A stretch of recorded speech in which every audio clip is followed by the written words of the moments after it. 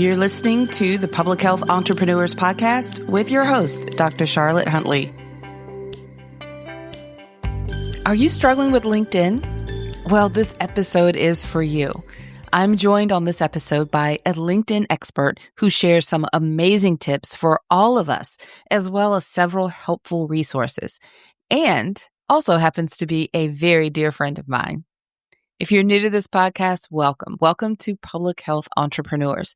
This is the podcast for visionary leaders who are ready to transform healthcare and public health through innovation. I'm your host, Dr. Charlotte Huntley, and as a public health entrepreneur with over 25 years of experience in both healthcare and public health, I understand the unique challenges and opportunities that come with bridging multiple disciplines. That's why we focus on supporting you on this podcast. Now, let me introduce my guest to you, and then I'll connect our conversation. Now, you may be able to take notes. If you are, I encourage you to get ready. But if you're driving or walking or doing something else while you're listening and you're not able to take notes, no worries. Just remember that you can find links to everything we discuss, including how to connect with Louise, on the show notes page. And the show notes page is found at publichealthentrepreneurs.com. There will likely be a quick link to the show notes page somewhere in the description for this episode, whichever platform you happen to be listening at the time. So just know that everything that we discuss, you can get to it quickly in one easy place on our website. Okay, my guest. Louise is an international speaker, author, writer, and CEO of Louise Brogan Ltd., helping B2B companies leverage LinkedIn to raise their profile and generate leads and sales. As the host of Raise Your Visibility Online podcast and YouTube channel with over 100,000 subscribers, which is amazing, she shares actionable tips for growing businesses online. It is my pleasure to connect our conversation right now. Hi, Louise. Welcome to the podcast. How are you? I am good, Charlotte. Thank you so much for having me. Doesn't seem This is great. Yeah, it's like yesterday you and I did a selfie together in St. Augustine. Yes, it's funny you say that because this morning as I was preparing, I thought, I'm gonna pull that up out of my phone and make sure somehow we managed to post this with this episode somewhere, or maybe on our social post. That was, oh gosh, how long ago was that? Was that during or after pandemic? I think it was just after, maybe it's like 3 years ago. It was just after lockdowns and things, wasn't it? Yeah. That was great, though. I recently went back to St. Augustine with my sisters, and I kept thinking about the retreat. I kept telling them stories about I know they were tired of hearing the stories about when I was with you guys. Well, thank you for making some time to come on the podcast and share some amazing tips. I'm excited for our conversation. Before we hit record, we had to spend some time catching up because it's been a little while since we talked. If you wouldn't mind, take a moment, please, and just introduce yourself to our audience. Sure. So my name is Louise Brogan. I run a LinkedIn marketing agency working with clients who want to raise their visibility on LinkedIn. I have a YouTube channel, a podcast, and a book now, all about helping people to raise their visibility on LinkedIn in a non-sleazy style. I'm also a mum of 3. And Charlotte, you and I met, we met quite a few years ago, and it's genuinely an honor to be getting in front of your audience. So thank you. Oh, thank you, Louise. What a great introduction. And it's a thrill for me too, because I love the fact that I get to bring a great resource like you. Don't worry, the podcast, the book, we're linking to all of that in show notes and description for this episode so that you all can, I want you to have all of her tools as a resource available for you. But it's great to have you and really call you as a friend, someone who's in my phone, who I've met in person, and we've been in touch for so many years. So this is fantastic. I want to jump in. I think it'd be great for us to just take a moment and kind of talk about how you got here. Like, what is your background? Or, maybe the short version, because we all have this story that takes us everywhere. But why LinkedIn? How did you fall in love with LinkedIn and decide to niche down and become the LinkedIn expert? Yeah, so my background's actually software engineering. My master's is in software engineering, and I was an IT project manager for 10 years, working in the National Health here in the UK. the NHS. So I actually worked with lots and lots of amazing, wonderful nurses and occupational therapists and social workers out in the primary care sector, working with teaching them how to use software to help their day-to-day work easier, which a lot of them didn't want. So that was quite good because I learned how to teach people in a very patient way, I think. But when I had my kids, Charlotte, I went part-time in my role. And to cut a very long story short, basically I was very ambitious, but I was told in no uncertain terms that unless I went back full-time, I wasn't going to progress further in my career. So I thought, well, I need to build my own thing then. So I started working in helping businesses with social media. And I worked with a very wonderful US-based coach called Natalie, who said, Louise, I think you need to pick one and become known for that one platform. And at the time, this is back in 2017, 2018. And at the time, I thought, well, I was actually a trainer with Facebook. I was doing Facebook and Instagram training through Facebook's She Means Business program. But I realized when I spent time on LinkedIn, I got clients much faster. I work much faster, and I got really good quality work from LinkedIn. And I thought everyone wants to learn how to use Facebook and Instagram, but not very many people are focused on LinkedIn. So maybe that should be the one that I focus on because not a lot of people are doing it. Now, if you're listening to this in 2025 and you throw a stone in the street, you hit a LinkedIn trainer these days. But in 2018, nobody was really doing it. So it was the best move ever. Because focusing on one platform meant I could learn everything about it. I became a writer for Social Media Examiner's blog, and they used to send me an email and say, Louise, can you please write a 2,000-word article on product pages for LinkedIn company pages? And I'd be like, oh my Lord, that is so niche. But it was brilliant because I learned so much about the internal workings of LinkedIn that I became an expert in it quite quickly. And then my podcast became about LinkedIn. I started to speak on stages about LinkedIn. And now I've got an agency where we create content for companies and people who want to be seen as thought leaders, CEOs who need to be visible on LinkedIn. So it was the best move ever, basically. Oh, yeah. I love that story. And I also love LinkedIn. And you and I have talked about this over time, and I know my audience is like, oh my gosh, she's telling me all the time we need to be on LinkedIn. And now she's got this other person telling us we need to be on LinkedIn.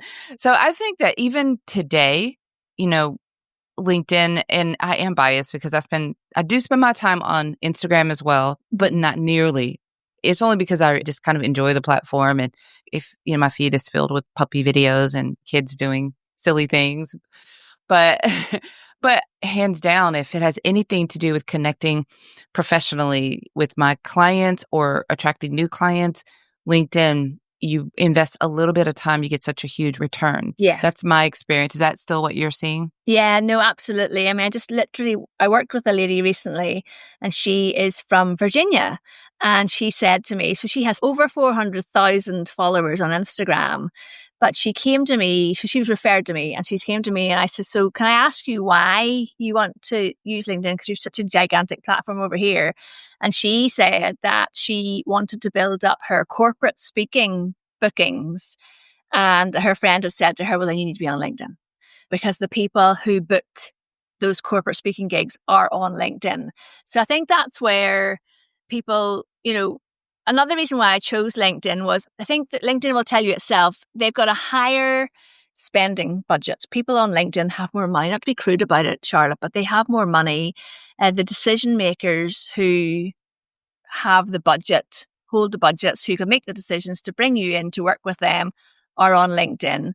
And also people on LinkedIn are not there to watch puppy videos. Right. Exactly.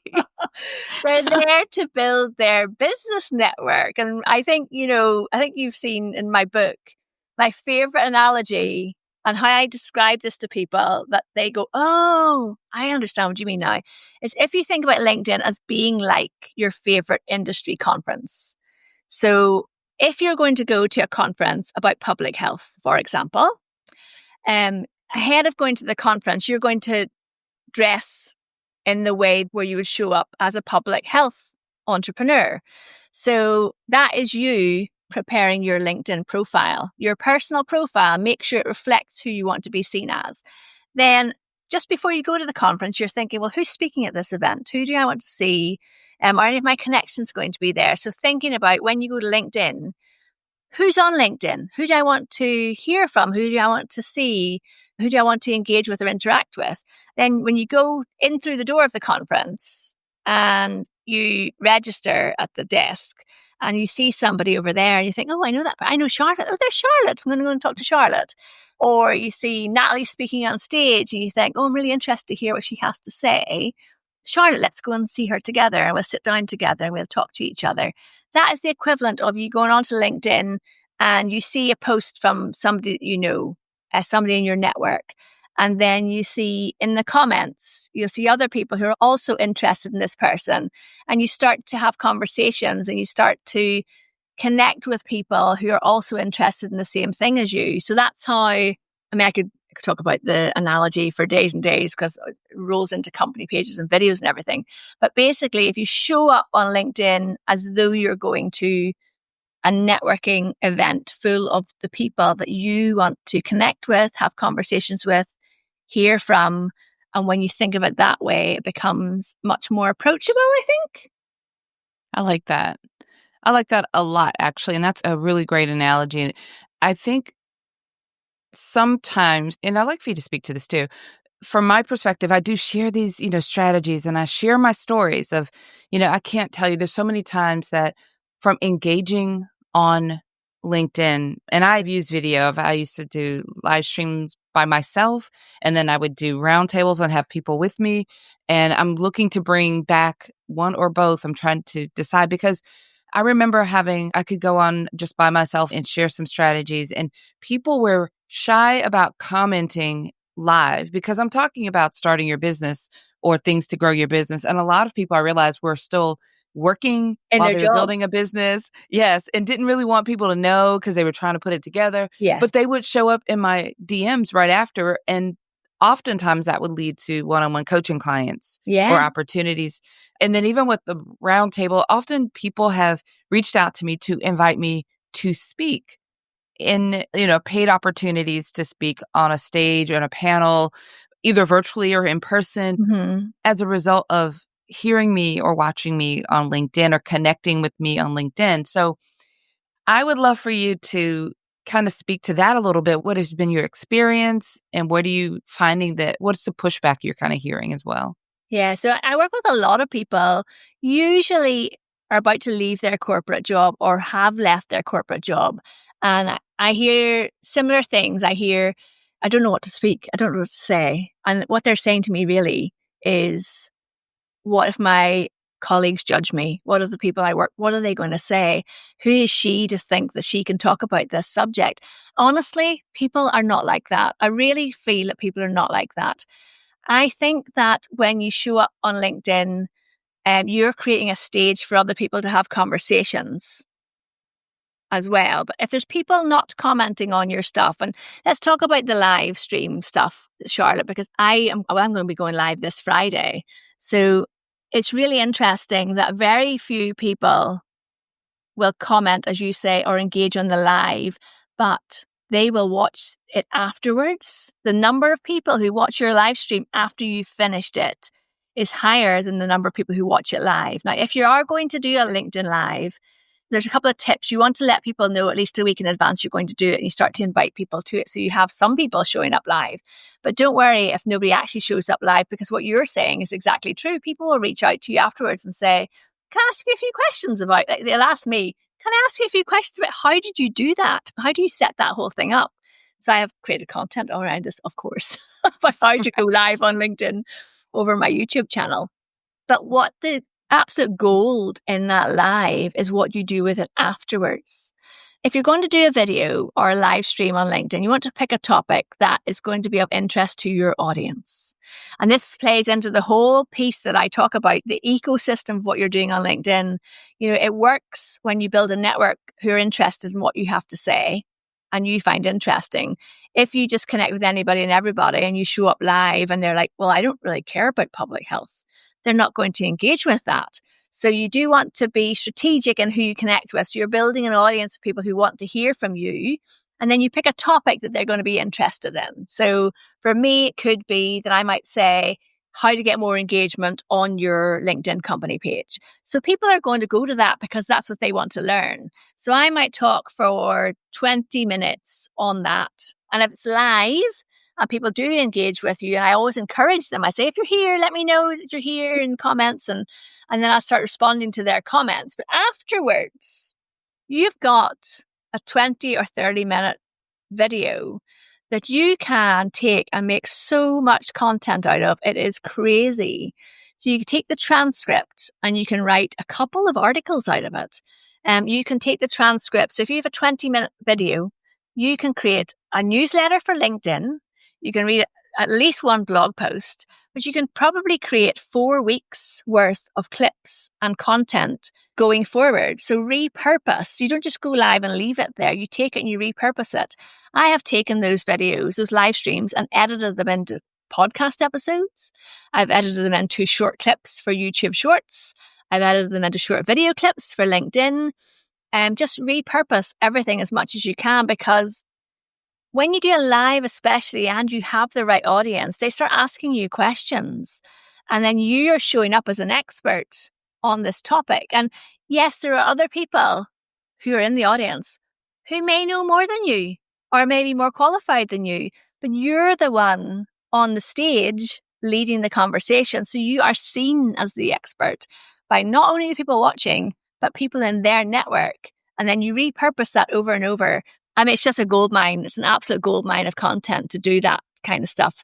We do video content with clients where I will interview them for like maybe 30 minutes on a video. And then I take that and chop it up into short video clips. And then my team of copywriters will take that and write content for my clients for a whole month out of that one video session. So strong believer in doing video. And I don't know what the AI space is like in the public health entrepreneurial world right now, but when you show up on video, we know it's you. So people like to connect with humans more than anything, I think. I am Irish and I do talk a lot, so I must stop talking. Oh my goodness. Louise, everything you said, I love it. I agree. Actually, we do a lot of that as well. We repurpose the lives like exactly the way you were describing. It is a gold mine. I think that, listening to you and I'm thinking, I'm nodding, going, yes, yes, yes, that's what we do. And I realize we have team and structure because there's a lot of moving parts. It is straightforward. It's super clear and it feels or it seems easy, but that doesn't mean that it doesn't involve quite a bit to make it happen and to do it well. Yeah. And I think that for some people who maybe don't have the structure of the team, they haven't done it yet, so they don't know exactly how to organize those pieces. It can feel a little overwhelming. Yeah. So there are a lot of people even listening who may like, okay, I get it, and I would like to do that, but I tried once and I was exhausted with all those things to do. You're very exhausted listening to me. So I think that that's another reason why I wanted to have you on the podcast, because I see you as a strong resource. So I'm going to back up a little bit. There are 2 areas that I've heard you speak to that you provide service, and I know you, so I know these are 2 opportunities. So if my audience is listening and maybe one, they want to get started. They're not ready for video yet because they haven't gotten their profiles together and they're still trying to figure that part out. But maybe, so they need help with that.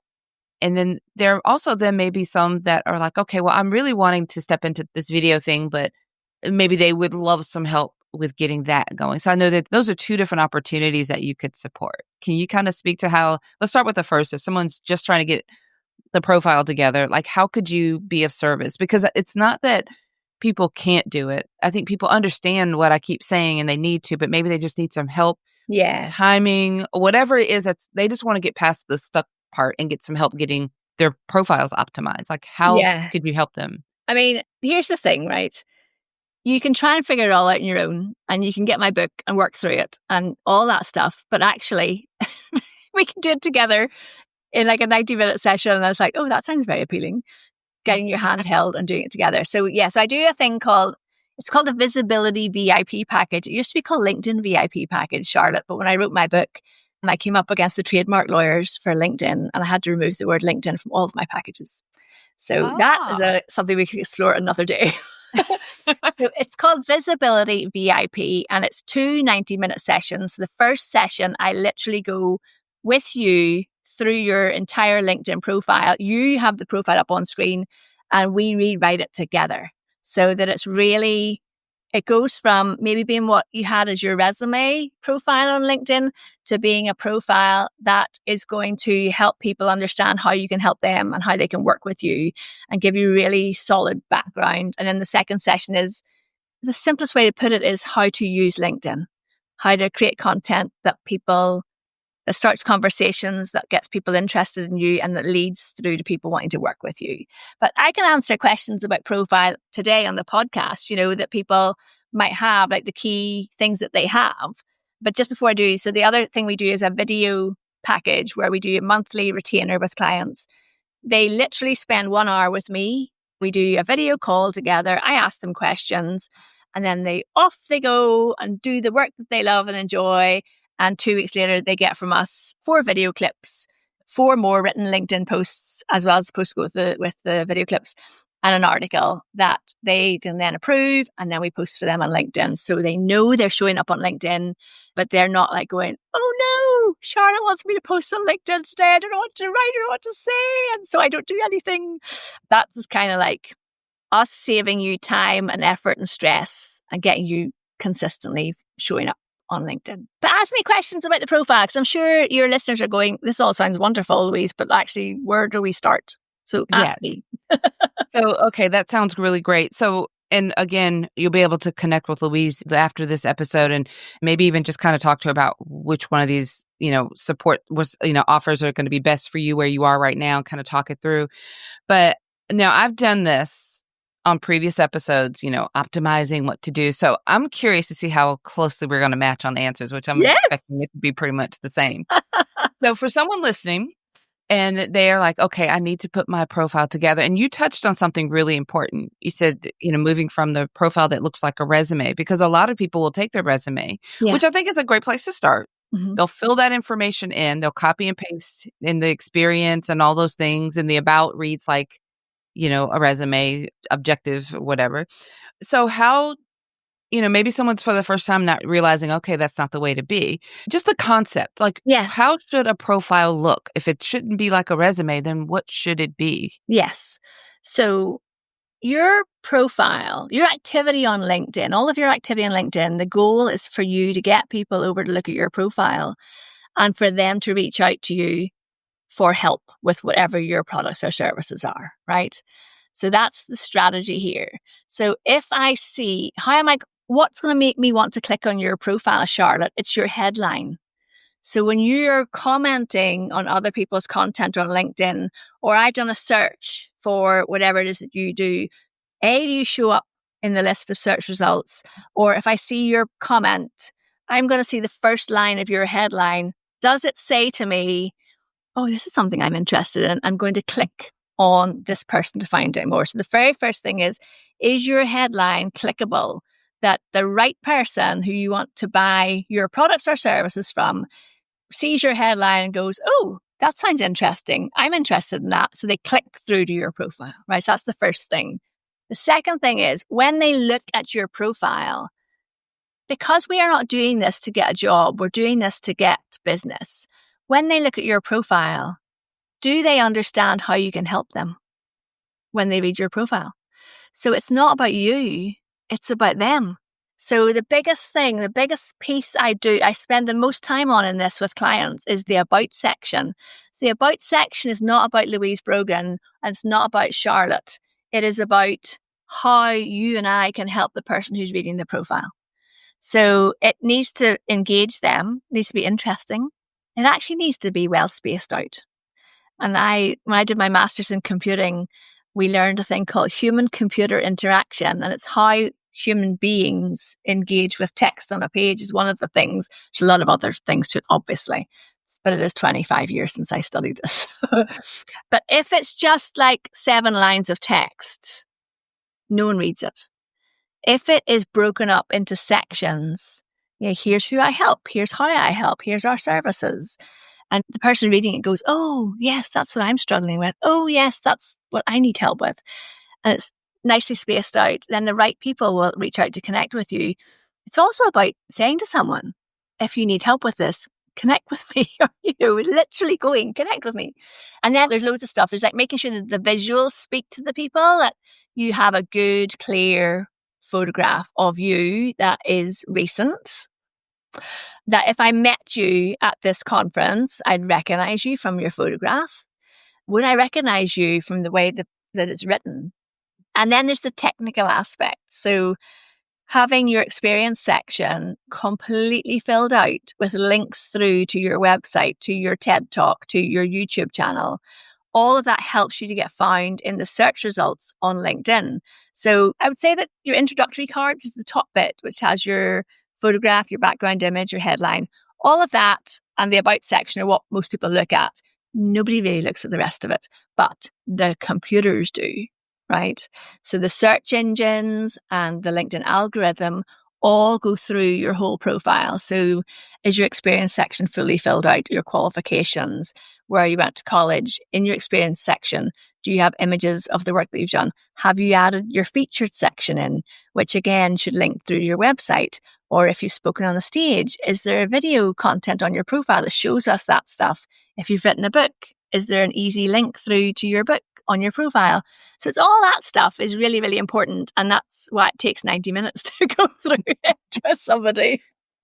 So while you're talking, I actually pulled up your profile on a different window.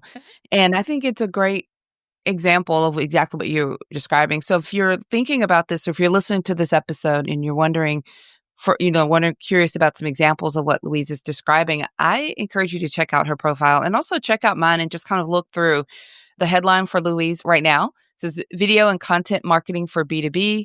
And then you've got author, podcaster, and YouTube with like just a little, like one emoji in there with small business champion, international speaker, LinkedIn workshops.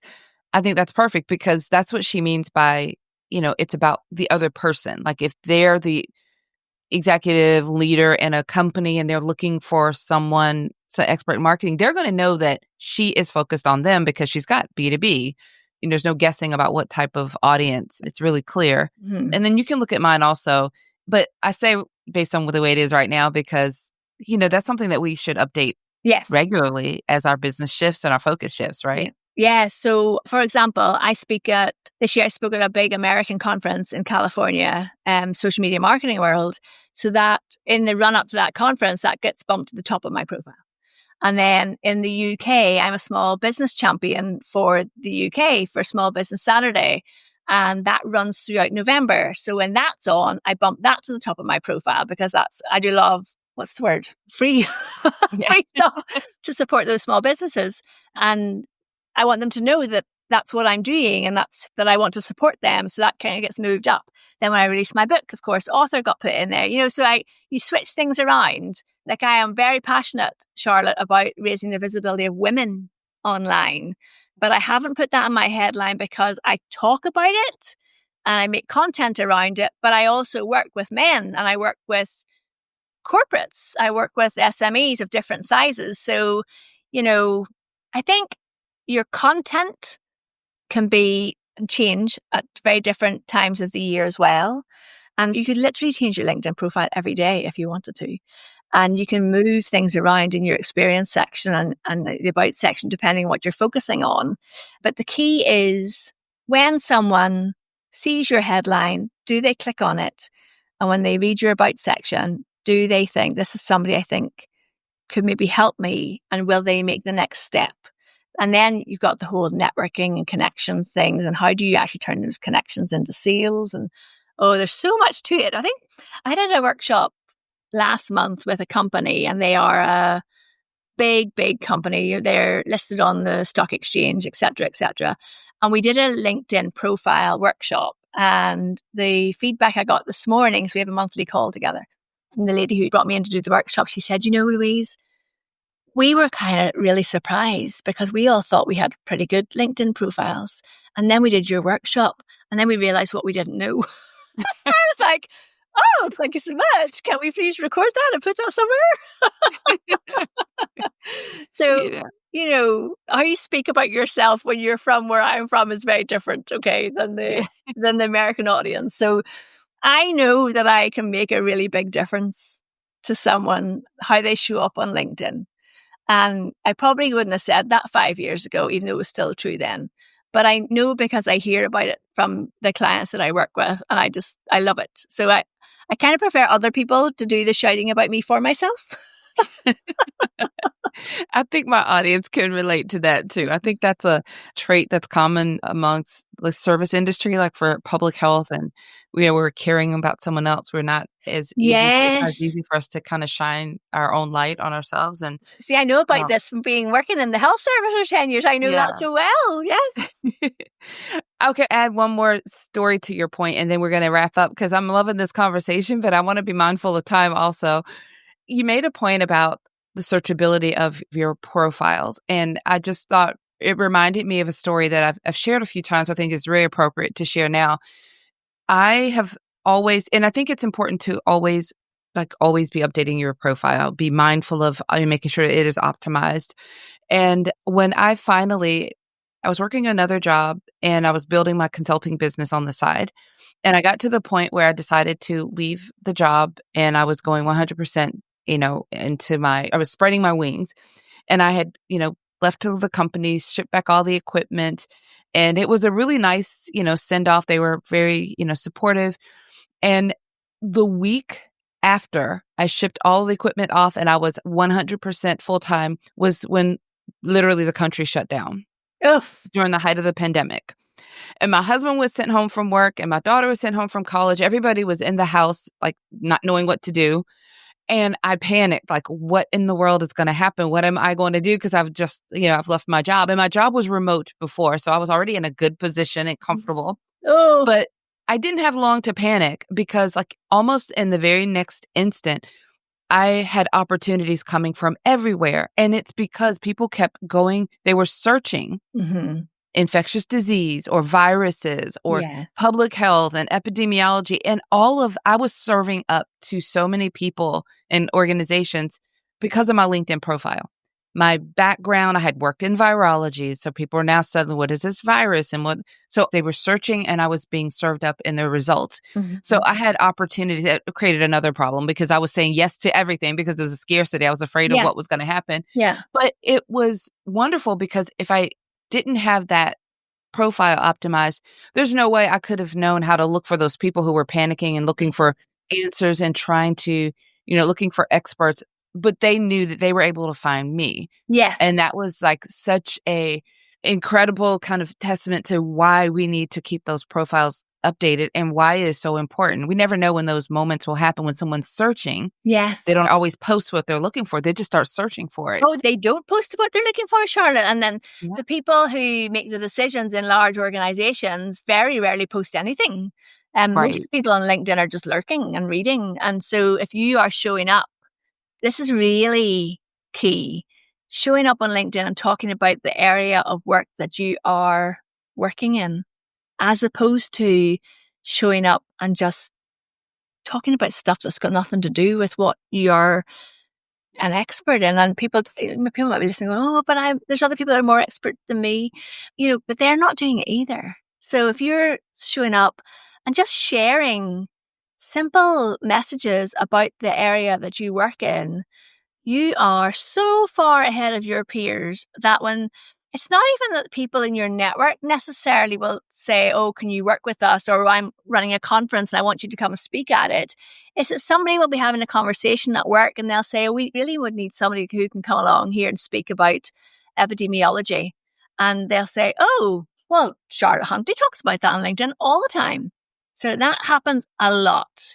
People will refer to you because they see you showing up on their LinkedIn newsfeed. The funniest one I ever had, this was before the pandemic, was I was sitting at my child's gymnastics display. I say gymnastics display. There was a wee small hall. There was like 30 kids bouncing around on the mats. I think they were like about 7 or 8 years old at the time, and all the parents are sitting on these little wooden benches, and this man turned round. I started talking to the person beside me. This man turned around and went, "I recognise your voice. I've seen you on LinkedIn." Oh. I was mortified. I was like, "Oh, okay. Nice to meet you." So you never know where it comes in handy. That's right. That's right. Oh, I love that. That's a great point. You just never know. You never know who's talking about who needs what you're doing. And I have another brilliant story, and we're currently in the process of this one. So there's a large organization in the UK, and apparently around the board, like the CEO and the C-suite, they're saying, we really need to do something about LinkedIn. And this lady said, I know just the person. She's in my network. We went to college together 20 years ago. She talks about LinkedIn all the time. We need to talk to her. So I have a proposal in with them. And because they're a very large organization, it's going to take the cogs a long time to move forward. But if I was not showing up and talking about this stuff on there, then would my name have been raised in that room? No, of course not. She'd have thought, oh, I don't remember that girl. That's right. Didn't she go off to work at the health service or something, Oh, what a great story. Yeah, I mean, that really happens. And I'm glad you shared that. I'm hoping that my audience, my listeners, maybe if nothing else, they've gotten the confidence up to jump in and do the thing they've been putting off about getting, LinkedIn optimized and together. I'm going to share, just kind of recapping here, I'm going to share links for how you can connect with Louise, and both offer opportunities, whether you can work with her to help with the VIP package and program to get optimized, or the video if you're ready to move in that direction. Her book, if you want to read the book and just jump in with a little, try it yourself first.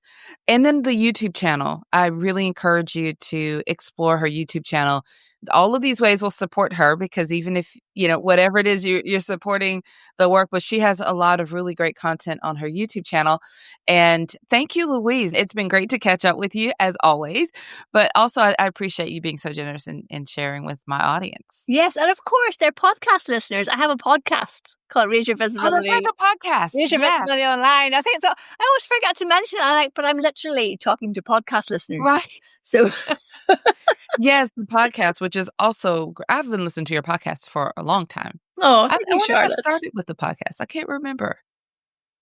It's just all intertwined. Yes. But we'll definitely make sure to have links for that as well. Lovely. All right. Thank you so much, Louise. Oh, I hope this has helped people. I mean, if nothing else, I hope it makes people think. My book has got so many stories about how real people have used LinkedIn. I think that I filled it full of stories so that people go, oh, right, I can see how that works. So hopefully, it's inspiring people to think, well, maybe there is an audience for me on LinkedIn. Maybe it's not so terrifying after all. Maybe if Louise and Charlotte can do it. That's right. Well, another mention think about the book. Thank you for the shout out. Yeah. For inspiration list. I appreciate that. I will say that the book I love that it's an easy read, and it's digestible. I love the way it's organized. So if you feel like, okay, I've got so many books to read, I literally had it on my nightstand for a while, and I would read one chapter a night. And it just makes it easy to consume and to really, and then I've got pages tucked and outlined, and, it's gently used. So I recommend holding it up now for anybody who's watching the video piece.